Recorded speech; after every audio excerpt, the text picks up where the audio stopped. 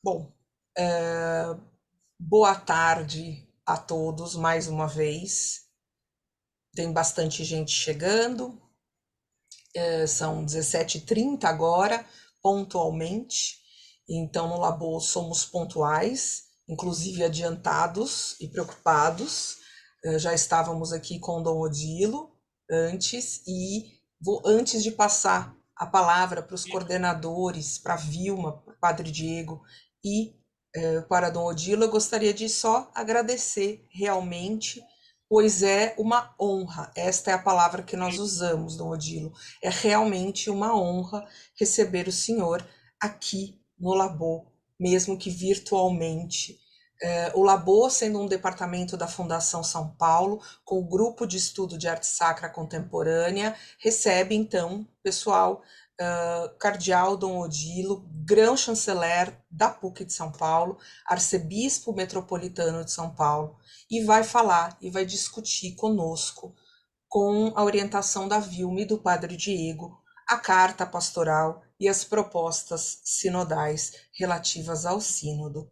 Eu agradeço muito a presença de vocês aqui, que seja uma hora que a gente possa aproveitar, e tenho certeza disso. Fiquem à vontade para fazer comentários, dúvidas e colocações no chat, tá? Que aí podemos abrir para as perguntas. E infelizmente não posso abrir todos os microfones, pois seria absolutamente impossível da gente falar, e o Zoom, como é uma ferramenta muito delicada, às vezes a gente abre sem querer, então a gente prefere dar essa orientação. Já somos quase 40 pessoas aqui, e peço também para seguirem o Labor nas redes sociais, pois lá colocamos todos os eventos, inclusive vamos ter um seminário interno do grupo de arte sacra, temos o Arte Sacra que fez, temos o Arena Labor, que já está também no ar, sobre arte sacra, que foi um momento maravilhoso que a gente viveu no Tucarena. Sendo assim, muito obrigada, Dom Odilo, Vilma, Padre Diego, por favor. Eu queria cumprimentar a todos, uma boa tarde, agradecer mais uma vez a honra da presença do nosso querido cardeal arcebispo de São Paulo, Dom Odilo Pedro Scherer. É realmente uma emoção que ele esteja aqui para falar sobre a carta, as propostas feitas ao sínodo, né, que se realizou em São Paulo a partir de 2018. Teve um hiato por causa da pandemia, e depois, neste ano, em março, Dom Odilo escreveu essa carta com as propostas, que foi lida, eu acho que a maioria de vocês que estão aqui presentes deve ter lido, e é sobre isso que nós vamos falar. Eu começo, Dom Odilo, depois o Padre Diego se apresenta e fala, mas já fazendo uma perguntinha para o senhor. Papa Francisco diz que na palavra sínodo já está todo o conteúdo do significado do que é o sínodo. Então, o senhor pode nos dizer o que é o sínodo para muita gente que pode não saber o que é? Primeiramente, boa tarde a todos. Agradeço o convite para estar com vocês nesta hora no Labor. A gente tem noção, né, do trabalho, das reflexões promovidas por esse espaço, e fico agradecido porque vocês tiveram a iniciativa de também dar ao Sínodo Arquidiocesano essa oportunidade para ser apresentado para uma reflexão sobre o Sínodo. Então, a resposta direta à pergunta da Vilma, em poucas palavras, o Sínodo é uma ação da Igreja que visa a reunir todos os participantes, os membros da Igreja, para uma reflexão, um discernimento e a indicação de propostas a serem seguidas. E os sínodos têm uma longa data na igreja, eles existem há séculos, e inclusive milênios, né? Já se faziam sínodos no primeiro milênio cristão, nós estamos no terceiro milênio. E sínodos de diversos níveis na igreja, sínodos diocesanos, e estes são muito frequentes no passado, ultimamente menos frequentes, mas agora com certeza vão tender a ser mais frequentes depois do Sínodo Universal sobre a sinodalidade da Igreja. Os sínodos podem ser provinciais, uma província eclesiástica, como São Paulo, uma província eclesiástica que abrange uma série de dioceses. Botucatu é outra província eclesiástica, poderia ser um sínodo provincial, pode ser um sínodo nacional, que já é bem mais raro, porque um sínodo nacional, sobretudo em conferências episcopais de muitas dioceses, é mais difícil acontecer um sínodo de âmbito nacional. E o sínodo universal, que, em primeiro lugar, tem o nome de concílio. Os concílios são sínodos universais. Tanto assim que vocês vão encontrar nos documentos do Concílio Vaticano II, muitas vezes, a expressão este Santo Sínodo, para dizer o concílio. Mas, no final do Concílio Vaticano II, 1965, Paulo VI instituiu, a pedido dos membros do concílio, instituiu o Sínodo dos Bispos como um organismo permanente na Igreja. Sínodo, portanto, como um organismo permanente, com sede em Roma, com uma secretaria-geral, com vários serviços próprios, e que Sínodo dos Bispos tem assembleias gerais a cada 4 anos, cada 3 anos, e nestas assembleias gerais, então, são convocados, através de diversos modos de convocação, participantes da igreja em todo o mundo, das conferências episcopais de todo o mundo. Quem convoca é o Papa, quem dá o tema do sínodo é também o Papa, naturalmente faz consultas sobre isso antes, né? Para isso existe a Secretaria do Sínodo, e quem preside o sínodo é sempre o Papa. Naturalmente, preside através de um presidente ou 2 ou 3 presidentes delegados. O Papa, mais do que tudo, assiste ao sínodo, ouve, está interessado em ouvir. O sínodo é sempre consultivo, a não ser o concílio, o sínodo universal, portanto, que tem poderes deliberativos. Senão, os sínodos são consultivos, a não ser que a autoridade competente dê capacidade deliberativa a um sínodo local de decidir sobre alguma matéria específica. Não é fácil resumir, mas tentei dar um pouco uma panorâmica sobre o que são os sínodos e como se realizam.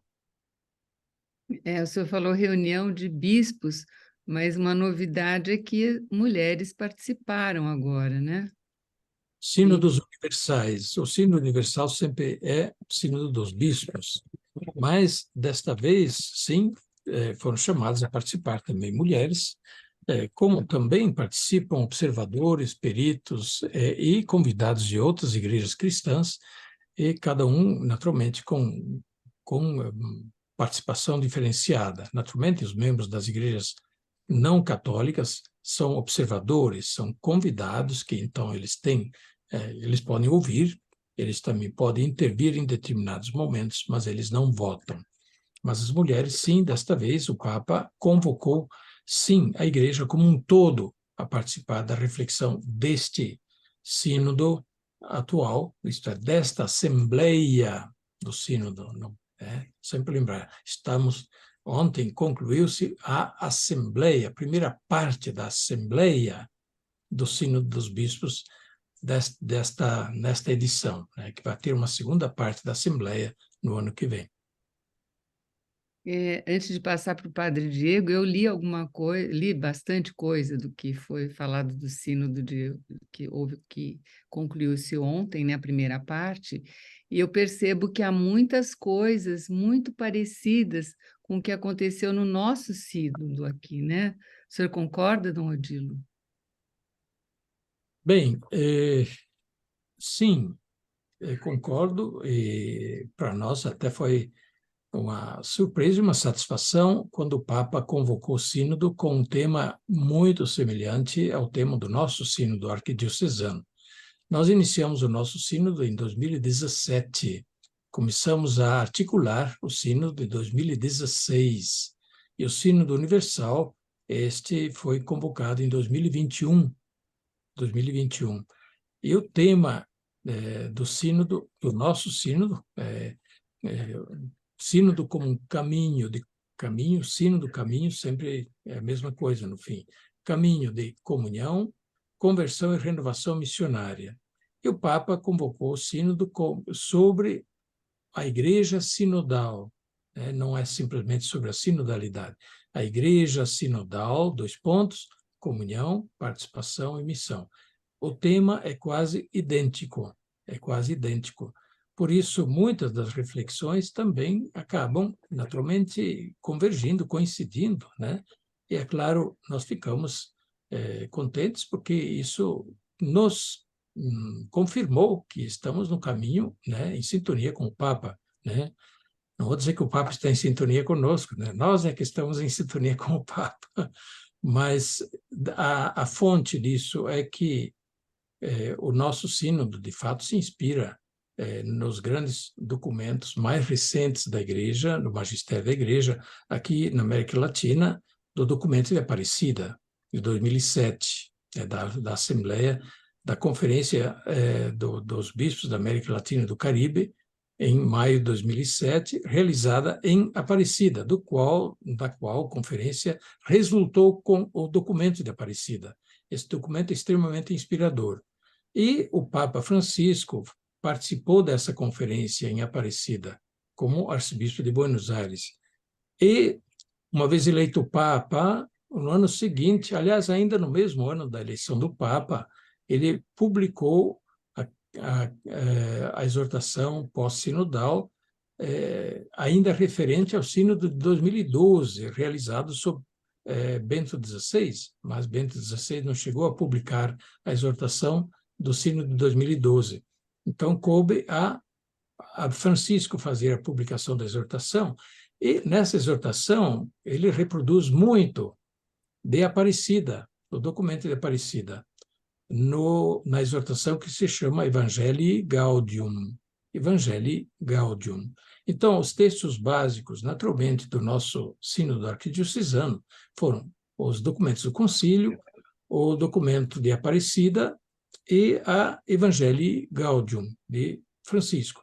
Evidentemente, nesse filão nós procuramos trabalhar, e o Papa, evidentemente, que também está nesse filão, né? Por isso as coincidências são totalmente compreensíveis. Isso mesmo. Só para terminar minha pequena entrada aqui com o senhor, o sínodo também, porque a gente é de um grupo de arte sacra, me lembra a imagem da travessia do povo, né, hebreu, com Moisés pelo Mar Vermelho, caminhar juntos, né, estar juntos. Então, essa é a imagem que me vem da palavra sínodo, né, a igreja em saída, junto com o povo, a igreja que caminha junto com o povo, né, o Deus no meio do seu povo, o Senhor no meio dele. Mas... Exatamente, mas recorda muito bem também Jesus caminhando com os seus discípulos, com os apóstolos, caminhando com o povo, e Jesus dizendo, eu sou o caminho, a verdade e a vida. Quer dizer, fazer caminho com Jesus. A igreja é fazer caminho com Jesus. Esse é caminho sinodal, isto é, synodos, vem do grego, syn, juntos, e odos, caminho, fazer caminho juntos. Esta é uma questão essencial na vida da igreja, né? Isso já está no documento do Concílio sobre a Igreja, Lumen Gentium, quando se diz logo no começo, Deus não quis salvar-nos apenas individualmente, cada um isoladamente, mas como um povo que caminhasse juntos, unidos e com Jesus Cristo, evidentemente, e santamente servisse a Deus, mas juntos, né? Como um povo e não apenas isoladamente.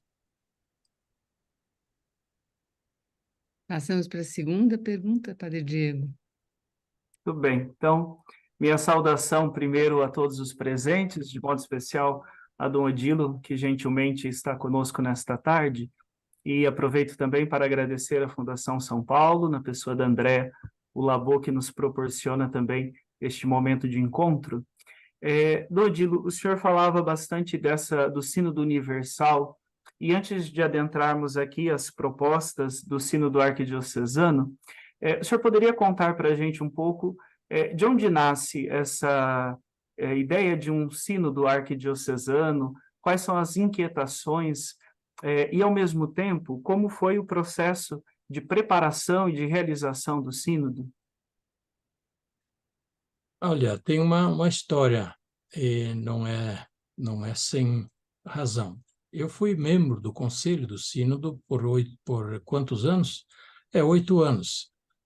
Desde que fiquei cardeal até 2015, fui membro do Conselho do Sínodo, portanto, participava de frequentes reuniões para preparar as assembleias do Sínodo e também para, depois das assembleias, dar os encaminhamentos das assembleias realizadas. E o Papa Francisco sempre participou das reuniões do Conselho do Sínodo em Roma. Papa Bento XVI não, e claro, João Paulo II também não, mas Francisco tomou isto como uma decisão sua, participar das reuniões do Conselho do Sínodo, o que fez perceber que ele dava muita importância ao Sínodo. E ele começou a falar, desde logo que foi eleito, precisamos pensar numa igreja mais sinodal. E o que ele queria dizer com isso? Uma igreja onde houvesse maior participação de todos na vida da igreja, interesse de todos, onde se pudesse também caminhar juntos, onde houvesse corresponsabilidade na vida da igreja. Depois ele começou a falar muito contra uma igreja clerical, ou clericalismo, né? E aí a gente logo pensa nos padres, né? Os padres, clericalismo, que fala de clero. Sim, mas não só. A igreja clerical é uma concepção de igreja que está na cabeça difusamente, está difusamente também na cabeça do povo, que identifica igreja igual clero, né? Não é isso que está na cabeça em geral por aí? Igreja igual clero, portanto, instituição clerical. O povo é beneficiado pela igreja, mas a igreja mesmo é o clero, né? Isso não condiz com o ser da igreja. A igreja não é simplesmente clero, né? E essa ideia, portanto, o Papa dizer precisamos ser uma igreja mais sinodal. E depois criticar muitas vezes a ideia de uma igreja clerical, que ele dizia, ela absorve, digamos, estrangula a vitalidade da igreja. Uma igreja vista apenas como instituição clerical, primeiro, não é como Jesus quis a igreja. Segundo, estrangula a vitalidade, porque amordaça, ou de alguma forma, dispensa o dinamismo e a vitalidade de todo o povo de Deus, cheio de dons, de capacidades e assim por diante. Então, a igreja pensada não como uma instituição clerical, mas a igreja como o povo dos batizados, né? A comunidade dos fiéis em Cristo, o povo de Deus, né? Categorias englobantes, portanto, e não dualistas, clero e povo. O clero existe, claro, e é importante, como não? É importante, mas dentro do povo de Deus, é a serviço do povo de Deus, e não como aquele que é a igreja, e o povo que é simplesmente o beneficiado da igreja. Não, todos têm na igreja a sua importância, a sua missão, não todos fazem a mesma coisa, por isso não desaparece a missão do clero, ela permanece, mas todos precisam ser ajudados a saberem qual é a sua parte na igreja e desempenhar essa sua parte. Por isso, vocês entendem o tema da participação, né, no Sínodo Universal. Comunhão, todos juntos, participação, ninguém de braços cruzados, olhando o que os outros fazem, o que os outros vão mandar. né? Mas cada um já sabe também pelo batismo qual é a sua parte. E por isso redescobrir qual é a minha parte na igreja e como vou desempenhar a minha parte na igreja. E a participação em missão, a terceira palavra, que vem a dizer exatamente que é a qualidade primeira da igreja. A igreja é chamada a ser missionária. A igreja é missionária pela sua própria natureza. Jesus quis a igreja como missionária, né? A igreja como missionária. O envio de Jesus, quando diz ide por todo mundo, é o envio missionário. Não é uma igreja que fique parada, sentada, né, fechada em si mesma. Ide, né?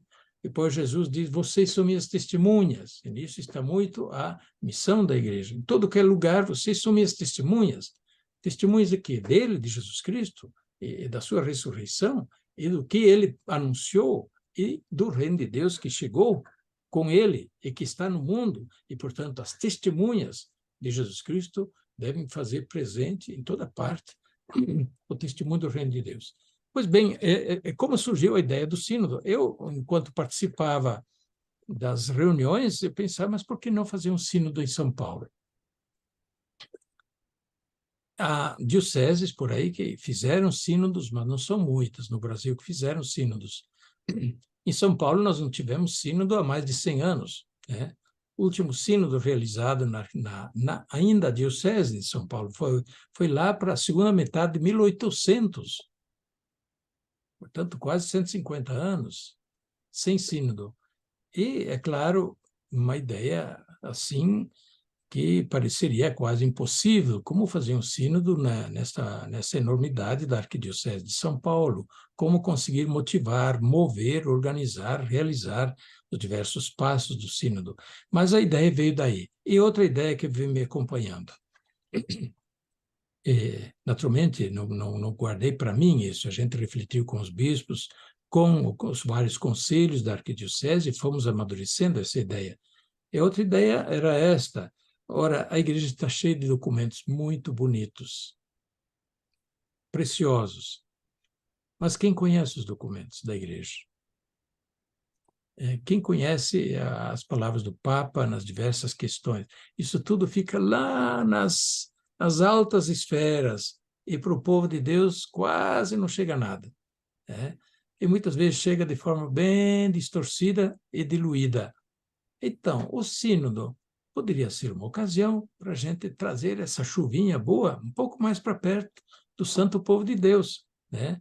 Essa reflexão sobre a igreja, sobre a missão, sobre o caminhar juntos e assim por diante. E, é claro, um sínodo sempre tem um propósito. O que nós queremos com o sínodo? Simplesmente sentar e refletir? Não, claro, nós queríamos também nos conhecer melhor a arquidiocese, os problemas, os desafios e assim por diante, discernir, refletir sobre eles e indicar propostas para que, com o consenso do sínodo, que no fim tem a sua assembleia também, teve a sua assembleia, pudéssemos então ter as indicações principais sobre os rumos que a igreja em São Paulo precisa seguir. Daí veio, portanto, a ideia e também, depois, claro, os desdobramentos foram todos os passos na organização do sínodo, que não foram poucos. Muito bem. Estou falando muito, posso falar menos. Está Se vocês ótimo. falam, eu vou falar mais. Não, nós estamos bebendo o que o senhor está Dom falando. Odilo, eu preciso até interromper para dizer o seguinte: ninguém veio aqui, das mais de 70 pessoas presentes, ouvir só a gente. Veio ouvir exclusivamente o senhor, inclusive, então pode falar à vontade. Tá bom. Vocês façam as perguntas, que é Sim, interessante para responder a questões que surjam de claro. vocês. Já pedimos aqui no chat, já estão chegando algumas aqui. Pode falar, Padre Diego, fica à vontade. Antes de continuar, quero só agradecer a presença, que me honra muito, Padre Miquelino está aqui. Obrigada, Padre Miquelino. Muito me honra seu amigo, né, Padre Dom Odilo? Pois Então, não. e falando agora das propostas, né? Porque o senhor explicou tão bem, maravilhosamente, sobre todo o andar, sobre todo o desenvolvimento do sínodo, o histórico do sínodo para nós. Mas essas propostas, eu li mais do que 2 vezes a carta sinodal, e as propostas são intrigantes e não sei como está aqui comigo, e não sei como é que está indo, como é que estão andando estas propostas, o aceite, o que que anda acontecendo? Eu estou muito curiosa para saber o que que o senhor tem acompanhado, porque várias coisas que o senhor falou são importantes, o povo de Deus não conhece os maravilhosos documentos da igreja. Aquela pesquisa onde 6% dos católicos frequentam a igreja, a missa dominical, pelo menos. Então, 24% de vez em quando e 70% não. Quer dizer, é católico, mas não existe católico não praticante, né? Mas não vai à missa, não está junto à igreja, né? Não tem esse caminho sinodal. Como é que o senhor está vendo esse desafio todo, que é grande, né? Sim, fez parte do sínodo, né, já no segundo ano do sínodo, uma pesquisa de campo muito ampla e organizada sobre a situação religiosa e pastoral. Este era o foco da pesquisa, a situação religiosa e pastoral na Arquidiocese de São Paulo, as 300 e mais paróquias, todas envolvidas, todas respondendo um questionário de 111 perguntas, né? Tinha mais de 300 voluntários fazendo o giro das paróquias, todas as paróquias foram visitadas, mas não nas igrejas, e não na praça na frente da igreja, não, nas casas. A pesquisa foi organizada de maneira sistemática e científica, e tivemos assessoria de técnicos em estudos sociais da PUC, que ajudaram a organizar a pesquisa do ponto de vista técnico, para que ela fosse uma pesquisa com credibilidade e validade científica também. Então, essa pesquisa, que foi respondida, vejam bem, não por 1.500, 1.800 amostragens, a pesquisa foi respondida por nada menos que 21.000 pessoas. 21.000 pessoas em toda a arquidiocese, distribuídas estas em todas as paróquias, né? Na base de 50 era o mínimo por paróquia, alguns passaram um pouco mais de respostas, portanto, de questionários preenchidos. É muita resposta, mais de 21.000 respostas do questionário de 111 perguntas. Não foram só católicos que responderam, mais ou menos 15.000 católicos e 6.000 não católicos responderam, que aceitaram também responder. Então, a pesquisa nos trouxe uma base de dados muito importante, de grande relevância, que nós estudamos e ainda não estudamos bastante. Eu acho que precisa ainda ser estudada mais a fundo, porque na pesquisa a gente lê as respostas objetivas, mas também lê o que está subentendido, né, nas entrelinhas, e, portanto, se a resposta vai numa direção, a gente deduz o que vai na outra direção, né? E, portanto, se nós tivemos esta amostragem tão robusta sobre a situação religiosa e pastoral da arquidiocese, nós tivemos ali um material importantíssimo para fazermos as nossas assembleias, os nossos discernimentos, discussões sobre, enfim, e agora? O que fazer com isso? Que passos dar diante dessa situação? E diversos momentos, portanto, de reflexão, de assembleia, até termos a Assembleia Arquidiocesana, da qual finalmente saíram propostas, a elaboração de propostas, nada menos que 120 e poucas propostas, especificamente voltadas para diversos campos da vida pastoral, né? Catequese, juventude, família, caridade em geral e assim por diante, né? Muitos campos específicos, e em cada campo umas 4, 5 propostas. E essas propostas refletem bastante bem, digamos, o sentimento, a percepção do sínodo. Elas estão na segunda parte da carta pastoral. A primeira parte da carta pastoral, naturalmente, é carta redigida por mim.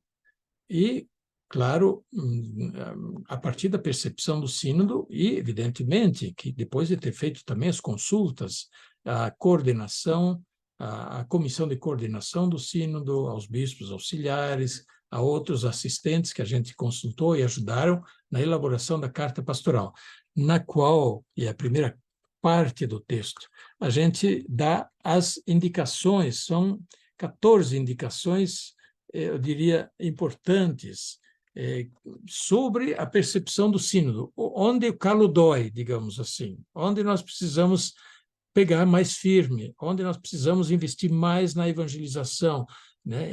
Em que sentido trabalhar e assim por diante. Bom, agora a resposta à pergunta é a realização do sínodo. A gente teria desejado 100% de participação, mas não é o que aconteceu, né? Vocês podem imaginar, né, que nem todos participam, nem todos se animam. Mas tivemos uma grande participação, né, dos leigos e também do clero na realização dos trabalhos do sínodo. Agora, a recepção do sínodo está caminhando neste ano, estamos na primeira parte da recepção do sínodo, a partir da carta pastoral. E ainda é cedo para a gente fazer avaliações, porque a gente espera que isto apareça a longo prazo. Mas estamos em ações de, digamos, implementação das propostas sinodais. E isto vai continuar. Neste ano, por exemplo, nós incentivamos que as paróquias, os conselhos paroquiais, as regiões episcopais e, portanto, os vicariatos, com seus conselhos, procurassem se reunir, fazer assembleias para, a partir da carta pastoral, se perguntar: e agora, o que vamos fazer? Simples assim. E agora, o que vamos fazer? Diante do que vimos e ouvimos, o que vamos fazer? O interessante é que todo mundo espera receitinhas prontas, né? Alguém tem que dizer, é isso, é aquilo. Tá bom, a gente até pode, mas não é o ideal, porque se quer envolver justamente a igreja no sentido participativo e corresponsável. E estamos nesta fase. E, portanto, no ano que vem, nós estaremos elaborando um projeto pastoral a partir do sínodo. Já vamos ter uma primeira assembleia agora em dezembro. Dia 9 de dezembro, vamos ter uma assembleia pastoral a partir do sínodo para pensar num projeto pastoral no ano que vem, a partir do sínodo. Depois, é claro, foram instituídas 12 ou 13, foram instituídos grupos de trabalho para elaborar questões específicas que o sínodo levantou. Então, um grupo de trabalho que pense na reorganização da pastoral da arquidiocese, e fazer um diretório da pastoral da arquidiocese, na reorganização do diretório dos sacramentos, da pastoral dos sacramentos, na reorganização também do diretório da administração e economia, que nós chamamos plano de manutenção da arquidiocese, na reorganização do plano de formação dos sacerdotes, né? O plano de formação que orienta a vida do seminário, mas também a formação continuada do clero. Nós temos isto, mas ele deve ser refeito agora após o sínodo, e assim por diante. E esses grupos de trabalho estão em ação. Porém, é claro, eu falei isso desde o começo e continuo a pensar isso também agora. Nós gostaríamos que fossem 100% as adesões, e também depois o fruto fosse 100%, 100 por 1, né? Mas isso é só lá no céu, né? Bem, se alcançarmos 80%, demos graças a Deus e muitas graças a Deus. E se alcançarmos 50%, valeu muito a pena, valeu muito a pena. E se alcançarmos só 30% do esperado? Pois 30% é muito melhor do que não ter feito nada. Continuemos, né? Porque o sínodo imprime uma dinâmica. Aqui, mais uma vez, o Papa Francisco também diz isso também na Evangelii Gaudium. Mais do que ações pontuais na igreja, nós precisamos pensar em processos que desencadeiem iniciativas e frutos a médio e longo prazo. Pretender os frutos imediatamente não é possível. E aí eu lembro da parábola do semeador, né, de Jesus, o divino semeador. Ele também disse, olha, saiu o semeador a semear, uma parte da semente caiu no chão duro, não deu nada, outra caiu entre os espinhos, não deu nada, outra caiu entre as moitas, não deu nada, a outra caiu em terra boa e deu fruto 100 por 1. Então, uma parte sobre 4 deu resultado, e Jesus disse, foi bom, né? O semeador achou que valeu a pena continuar a semear. Eu acho que é por aí que nós vamos também na igreja. O Papa Francisco, ele está trabalhando muito, insistindo muito no sínodo, né, nesta igreja sinodal. É uma grande aposta. Há muita resistência, muita gente achando que o Papa está estragando a igreja e assim por diante. O Papa sabe muito bem o que faz e onde ele quer chegar. E ele vai semeando, vai semeando, vai semeando, e o fruto vai chegar. O fruto vai chegar. Não é diferente no sino da arquidiocese. O senhor usa uma palavra que eu gosto dela, que é pertença, né? O católico ter a pertença, ter identidade.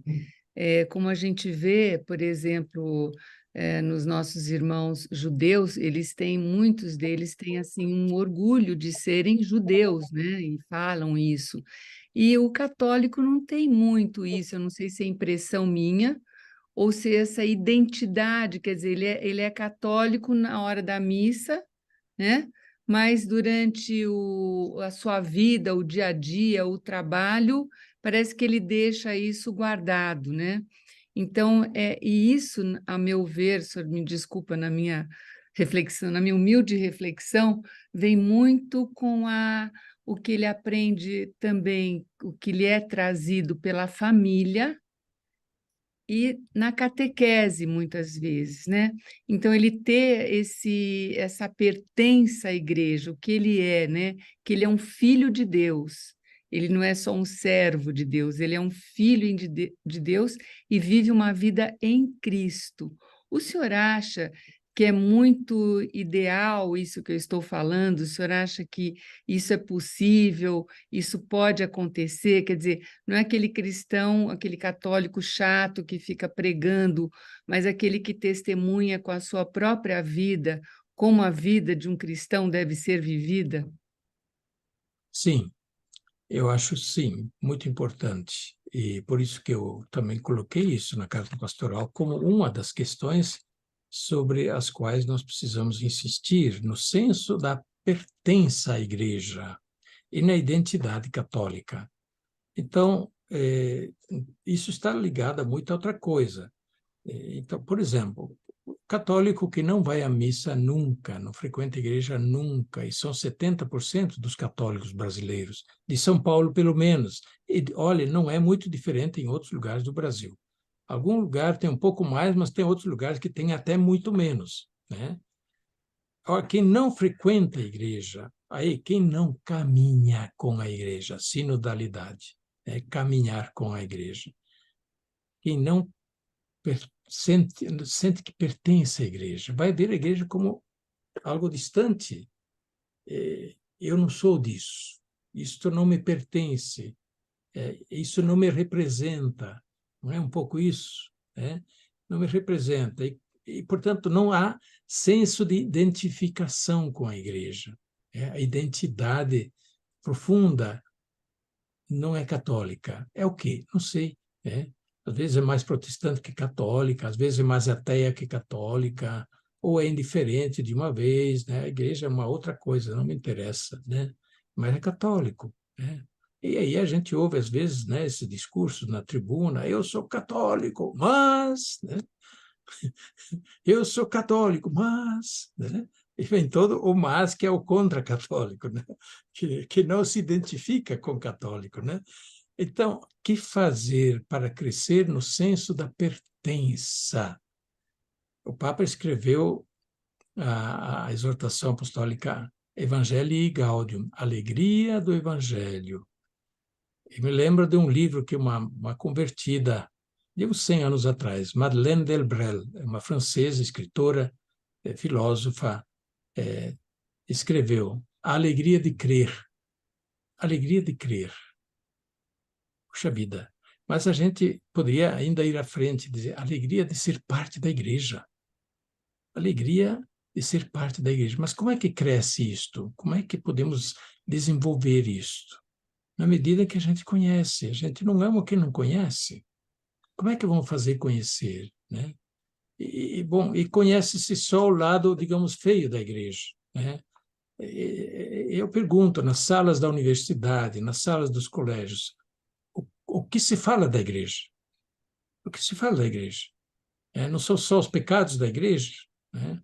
E com os quais as pessoas, opa, isso não é comigo, eu não sou essa igreja é outra, eu não sou essa igreja.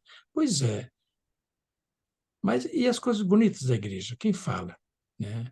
É a partir realmente de um olhar mais profundo sobre a igreja, né?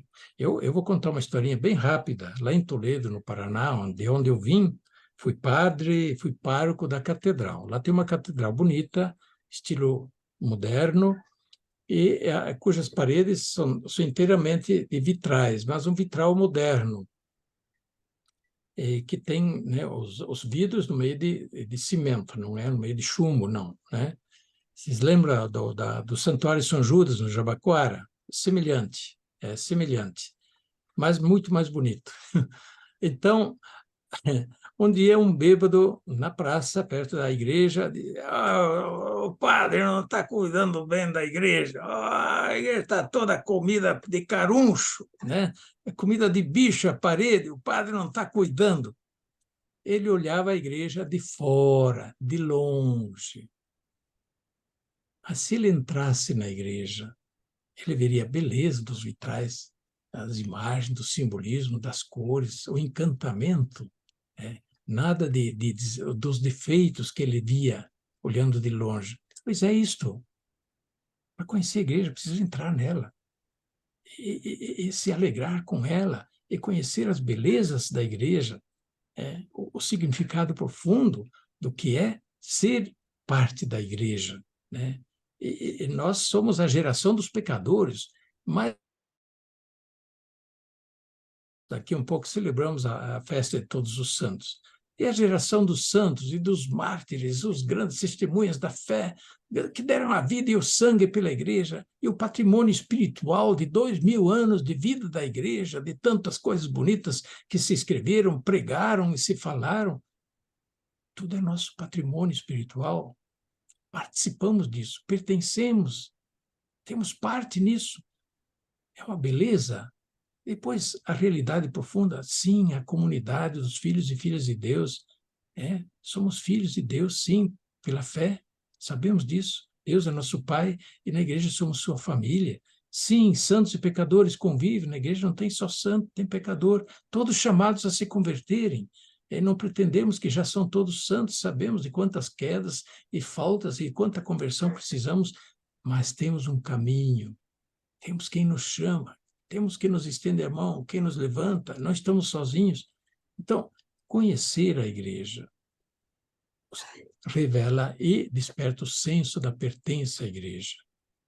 O senso da pertença à igreja, a beleza, a alegria da pertença da igreja, sem ufanismos, sem triunfalismos, sem digamos, infantilismos, naif, né? Não é ingenuidade. Nós estamos falando a partir da concepção profunda daquilo que é a nossa fé. Aquilo que é a nossa fé. Ou então a nossa fé é toda ela infantil, e não é. E não é. Falamos de coisas sérias, de coisas verdadeiras. Então, crescer no senso de pertença e de identificação com a igreja é o que está faltando entre nós. É o que está faltando entre nós. Por isso, é tão fácil jogar pedra na igreja, né? E os próprios católicos jogam pedra, né? Eu pergunto, escuta, você, mesmo que você visse tanto defeito na sua mãe, que você não gosta do jeito de sua mãe, mas você jogaria pedra na sua mãe? A igreja é nossa mãe. A igreja, não outra coisa que nós somos parte dessa igreja, né? Somos nós esta igreja, né? Mas não só nós que vivemos, também a igreja dos santos. E aí a gente pode inverter, muitas vezes, o raciocínio, que é mais comum a gente dizer, os santos são da nossa igreja. Eu digo diferente. Nós somos da igreja dos santos, né? Nós somos da igreja deles, porque eles são a igreja aprovada, comprovada, e eles são muito mais numerosos do que nós que estamos hoje, os que chegaram na última hora, né? Eles, 2000 anos, está ali, a multidão imensa que ninguém consegue contar, como nós vamos ouvir no domingo que vem, na festa de Todos os Santos, né? Uma multidão imensa que ninguém consegue contar, tantos são os santos no céu. Pois é, conhecer melhor a igreja, e não a partir de teorias, discussões que partem de filosofias, de ideologias, tem que partir do evangelho, da realidade profunda do que é a igreja. E você falou uma coisa interessante, nada de... partimos de coisas concretas, né?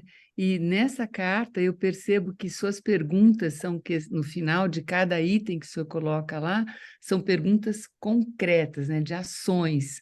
E o Cristo também, ele nos ensinou muito mais com as suas ações, né?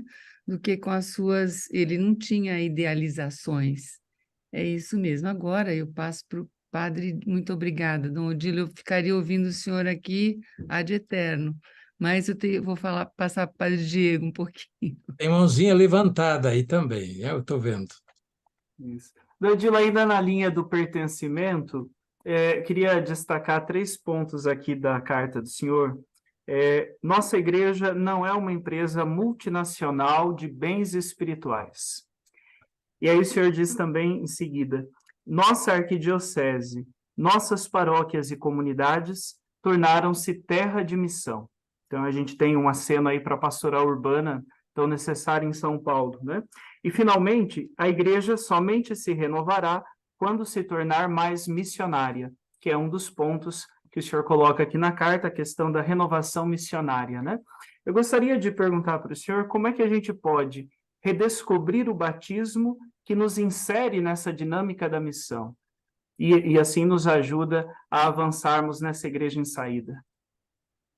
Sim, você tocou agora, falando do batismo, na questão essencial. O sínodo nos leva necessariamente a redescobrir o batismo, e isso também está sendo falado, esteve sendo falado este mês, né, na Assembleia lá em Roma, do Sínodo Universal. É claro, para sermos igreja sinodal, temos que descobrir, mas a partir do quê? Só porque é assim que nós queremos, é um pacto social? Não, não é um pacto entre nós.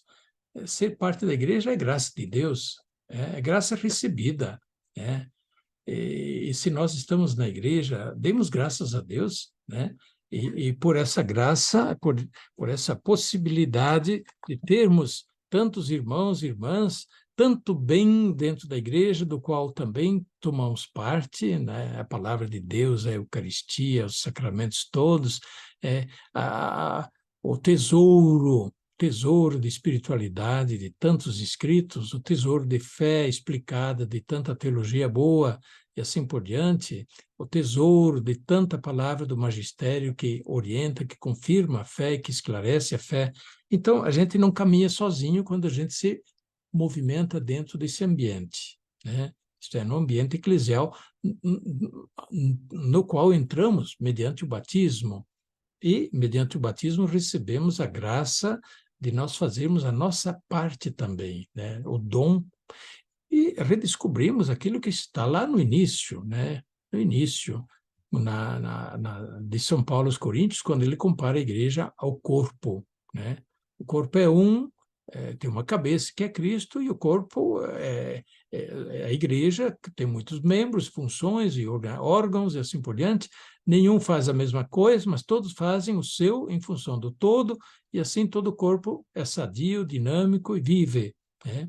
Assim é a igreja, né? Isso, portanto, não é novo, né? E São Pedro, que também diz, na primeira carta de Pedro, que nós somos edifício de Deus, o templo de Deus construído com pedras vivas escolhidas, preciosas, etc. Cada um de nós como uma pedra viva na edificação do templo de Deus, a casa de Deus, que é a igreja do Deus vivo, que manifesta a presença de Deus, a glória de Deus no meio do mundo. Então, redescobrir, sim, o batismo, o significado do batismo para nós, e, a partir do batismo, redescobrir a igreja.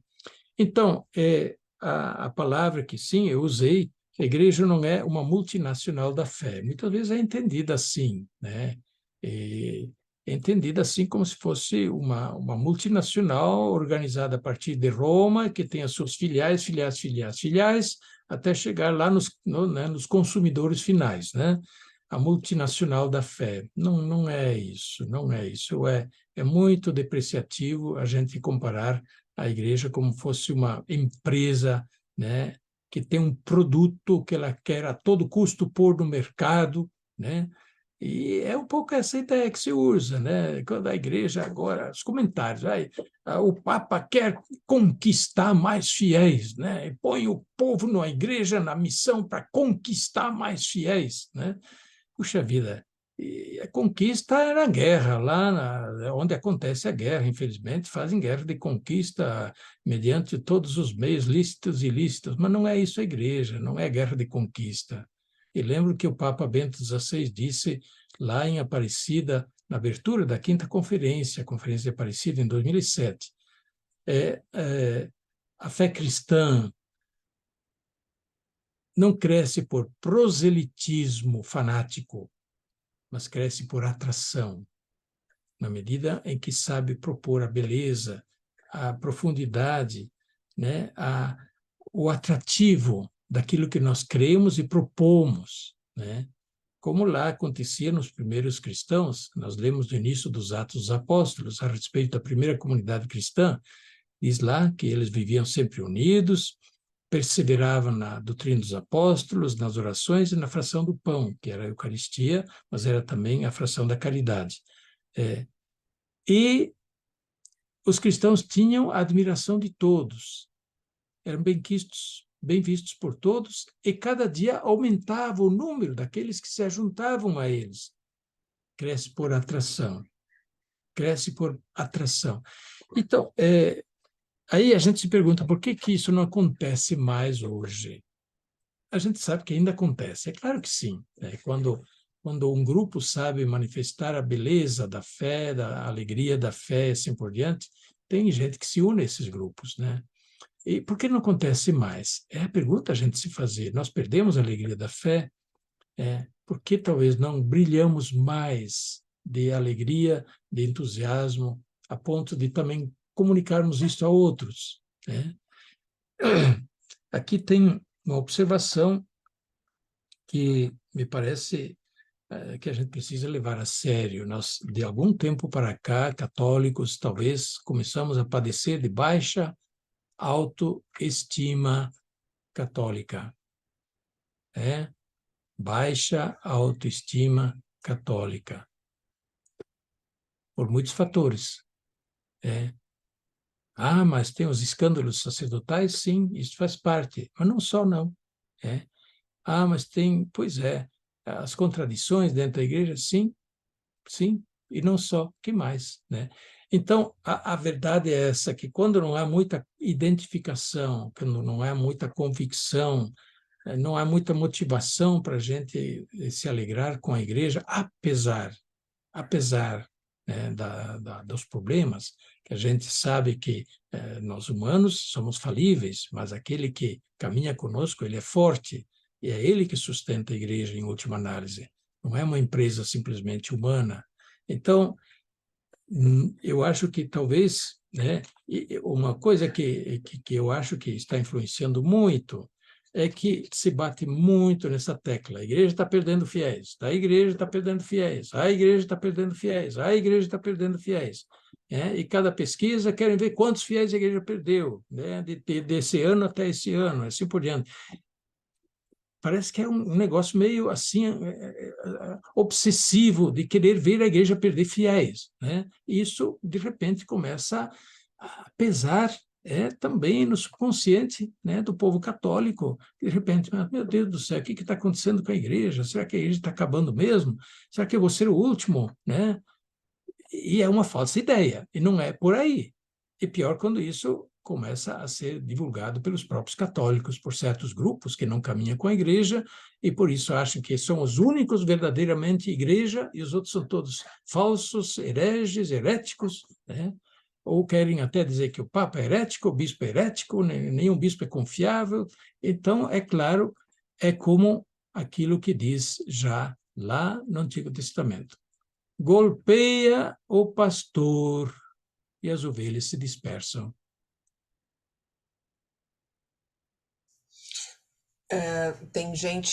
Tem muitas perguntas que vieram em aberto, muitas perguntas que vieram fechadas. Não teremos tempo de fazer todas as perguntas. Eu agradeço, mas já fico com o convite para Dom Odilo vir só numa sessão de perguntas e respostas novamente, porque creio que seja isso, porque está todo mundo muito emocionado e fazendo muitas perguntas. Mas vamos fazer aqui uma que ainda dá tempo, do Marco Jordan, nosso querido da Pascom, nosso parceiro. Dentre as propostas sinodais, Dom Odilo, o senhor acredita ser possível encontrar prioridades necessárias, como o senhor falou, onde o calo está apertando, em função do momento atual que o mundo e a nossa igreja vem atravessando? Se a gente tivesse mais tempo, eu até leria as 118 propostas e recomendo que leiam, porque são... além disso, é muito, né, muito emocionante, muito bem escrito e tal. Mas, por favor, Dom Odilo.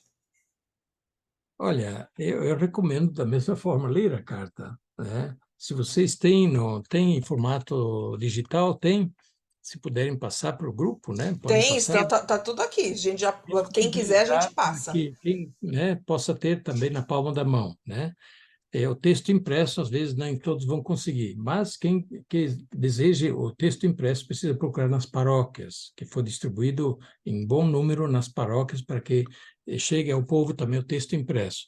Olha, a dispensar, né, a prescindir, né, das propostas elaboradas especificamente para esta pastoral, aquela pastoral.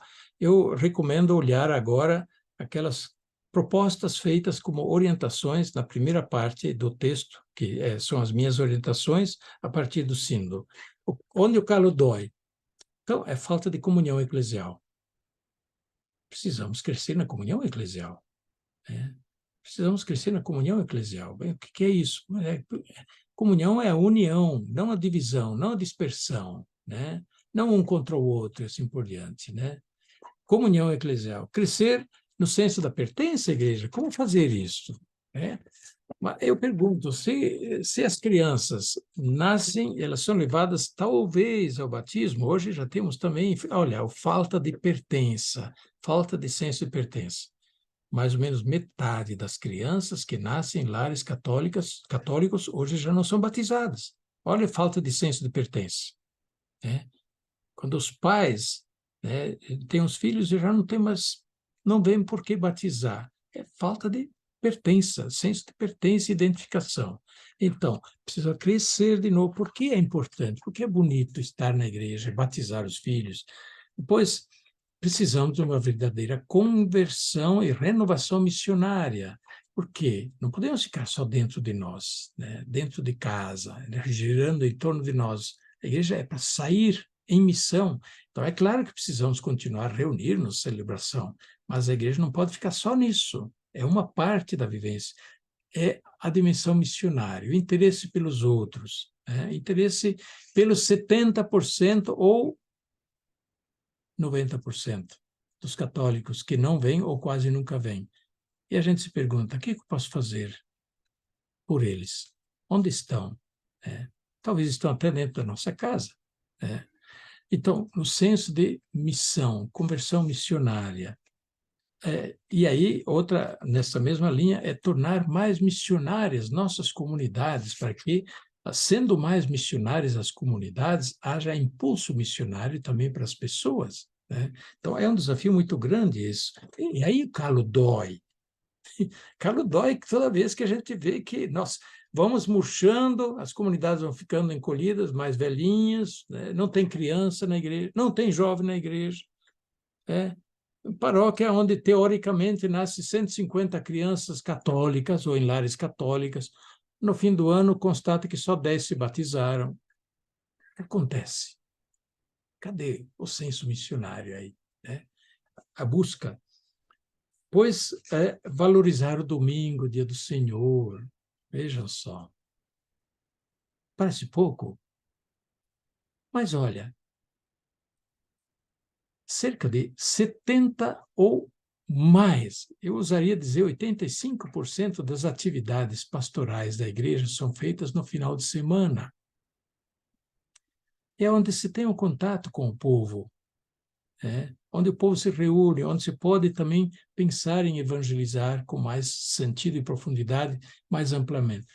Mas se não vão em missa, além do missa, o domingo, dia do Senhor, que continua dia do Senhor, precisamos recuperar isso. Depois, a presença na cidade. São Paulo tem pelo menos 60% de católicos, população católica. Isso traz alguma diferença? Se tivesse ou não tivesse, daria na mesma? Ter 60% de católicos na população de São Paulo faz alguma diferença? Então, e aqui a gente apela à presença do povo, dos leigos, né? São missionários do reino de Deus, do Evangelho, na cidade, em todos os ambientes de trabalho, de vida, de responsabilidades sociais e públicas. Ali são presenças, testemunhas do reino de Deus, o senso missionário da vida laical, né? Da vida laical. Precisamos redescobrir isso muito mais. E, é claro, não podia faltar a catequese, renovar, aprimorar, melhorar a catequese para que a transmissão da fé continue, a iniciação à vida cristã continue, porque senão nós estamos formando novas gerações de pagãos. E daqui a um pouco... E, enfim, valorizar a família como igreja doméstica. Ah, mas a família já acabou, a família tem tanto problema. Acabou? Estão querendo formar família de todo jeito, né? Talvez nós descremos no potencial da família, mas a família existe. A família existe como valor, né?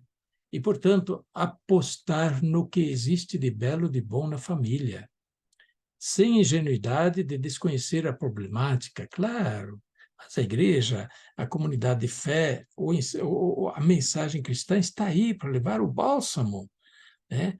Ou levar a boa nova para as famílias que estão com dificuldades, em crise e assim por diante, né?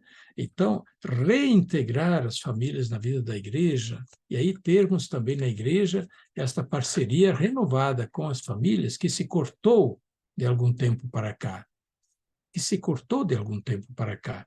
Enfim, e uma coisa que a Vilma mencionou, a comunicação, né? Fazer comunicação evangelizadora é um dos itens. Hoje não se pode dispensar a comunicação em todos os sentidos.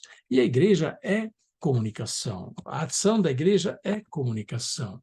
E anunciai, né, o evangelho. Então, a ação da igreja é comunicativa, quer por palavras, quer por simbolismos, quer por mensagens de todo modo, quer pelos apelos e assim por diante, enfim, a sua presença simbólica, né, ela é comunicadora. Então, nós precisamos apostar no potencial positivo da comunicação da igreja, através de todos os meios, mas, sobretudo, através daquilo que ela própria é, né?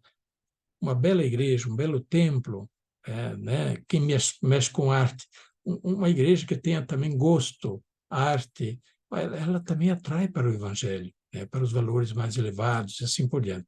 Agora, uma igreja descuidada, às vezes suja, cheia de teia de aranha, o que ela vai dizer, né? Esse povo aí não acredita nisso que fala, né? Olha a igreja do jeito que está. Pois é, se o templo está assim, significa que não dão muito valor àquilo que anunciam.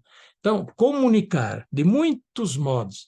Eu achei esse texto aqui, eu achei muito importante, porque ele abrange a comunicação não apenas como meio de comunicação, mas nós somos comunicação, né? Não só quando falamos ou vamos na telinha, mas nós comunicamos de todo modo como nós somos e agimos.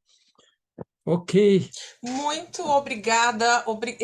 Eu já comecei a colocar qual é o item que as pessoas têm que ler. E sobre tal assunto? Está no item tal. Sobre tal assunto, vejam que a gente estuda aqui. Dom Odilo, eu agradeço muito ao senhor por essa hora, por estar com a gente. Gostaria de dizer que quando o senhor quiser vir ao Labor, não precisa nem esperar o convite da Vilma, do Padre Diego, é só informar. Gostaria de ir semana que vem. A gente já abre o Zoom e já faz o evento. Muito bem. Olha, vamos combinar uma outra ocasião, né? Vamos. se pode combinar um modo de fazer que fique mais dinâmico, porque hoje acho que só falei eu, viu? Mas é isso que a gente precisa, é isso que a gente buscou hoje. Mais uma vez, o professor Luiz Felipe Pondé me mandou uma mensagem agora, agradeceu muito a presença do senhor. Eu agradeço a todos que estiveram aqui, peço desculpas que a gente não conseguiu, senão teríamos que ficar aqui com o Dogilo até meia-noite, não seria possível. Este evento estará no nosso portal oflates.com. Agradeço Padre Diego, Vilma, a todos, muito obrigada, até breve. Muito bem, obrigado a vocês pela paciência, pela audiência, que Deus os abençoe e continue se interessando. Nossa igreja é bonita, nossa fé é preciosa. Muito obrigada, um abraço. Tchau, tchau.